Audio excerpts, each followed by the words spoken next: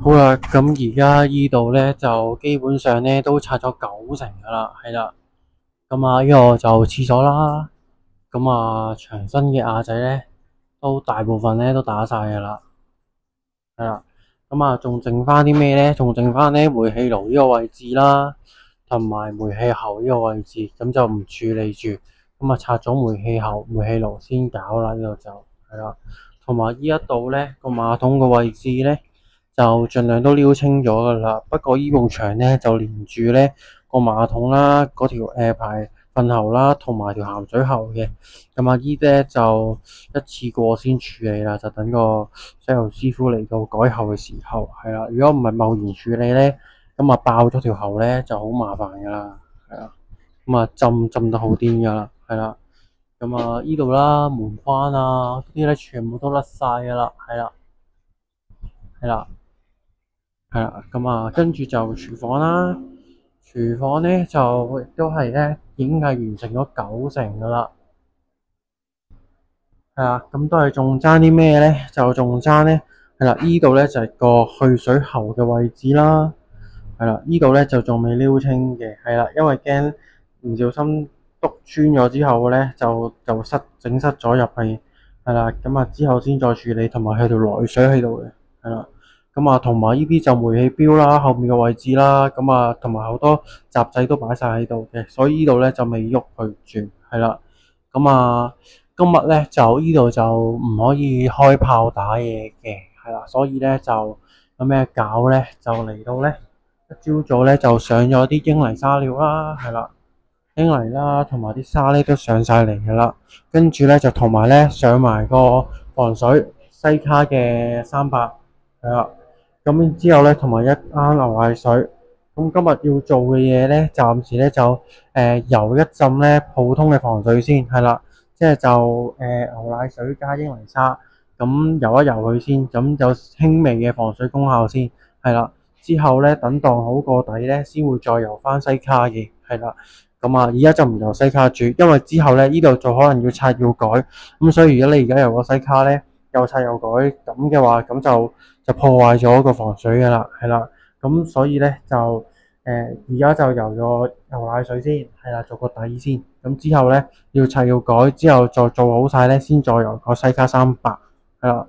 咁啊，呢度就其實就都冇乜特別噶啦，都淨咁游噶啦，係啦。即係就會撈稀少少，咁就掃落去掃浸勻佢啦，係啦。咁等佢乾咗咧，咁有啲水跌咗落去咧，就唔會話整穿，即係穿到濕咗人哋下層嘅天花。因為而家就呢啲咧就冇防水啊，你見到。其實拆緊嘅時候咧，上手做嘅時候都應該冇防水嘅，係啦。因為個廁所呢度咧已經打到咧去地下噶啦，破晒噶啦。佢下面係冇黑色嘅嘢咯，係啊，以前嘅啲可能仲瀝青做防水咧都冇，係啊，所以佢呢度破得好緊要，係啊，咁所以咧而家就做咗浸防水先。好啦，今日咧就準備收工啦。咁啊，而家咧個廁所咧就已經咧油咗浸防水落去噶啦，係啦。不過依浸啦都唔會係最終防水嚟嘅，係啦。之後咧咁啊，當好個地台咧鋪下隻之前咧就會再油多一浸。咁廁所咧就咁除咗地台之外咧，咁個牆身咧都會油到大概1.2米高度啦，係啦，即係大概呢度大概呢個位置度啦，係啦，咁樣嘅，係啦。甚至更高，係啦，咁樣咁啊。另外廚房都油咗啦，係啦。咁啊，依個咧就一個臨時防水啦。咁因為呢度咧仲會做好多嘢啦，咁有機會會開水啦，咁就唔想呢啲水咧就穿咗個地下咧就滲到去下面嘅，係啦，係啦。咁啊滲到下面好麻煩嘅，係啦。咁啊之後就會再當地台啦，拆晒啲喉啦，咁之後咧就會再油翻個西卡嘅防水嘅，係啦。咁樣，另外就上面咧，呢個天花咧原本咧就未鏟嘅，咁啊鏟埋啦，油埋個光油。咁因為呢度原本咧有個櫥櫃吊櫃喺度嘅，係啦，咁啊拆咗個吊櫃之後咧，咁就未鏟，咁啊打晒啲瓦仔。今日咧有時間咧就鏟埋佢，咁啊索埋個光油，咁之後就可以批灰嘅啦。係啦，不過估計呢個天花都會有假天花嘅，係啦，咁啊係啦。咁另外就個門框咧就準備都拆噶啦，係啦。咁啊今日就打起咗嗰個門口吸嘴，係啦。咁啊但係咧都用鐵筆咧都撬唔到出嚟，應該要開老虎鋸先得嘅，係啦。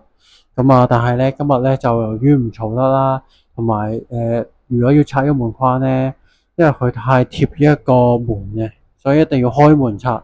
咁啊費事啦，咁啊啲人喺度休息緊，咁所以咧就下次翻嚟先再拆啦，呢個就係啦。好，咁啊走之前啦，執好個牆啦，咁啊呢啲就泥水嘅嘢啦、沙啦、啲泥水架撐啦、防水啦，都喺晒呢一度，係啦。咁啊然之後咧呢一邊咧，呢一邊咧就係電動架撐啦，擺晒呢度啦。咁啊油漆架撐咧就擺翻呢一度。係啦，好，咁啊呢度咁啊準備就差唔多就走啦，好，拜拜。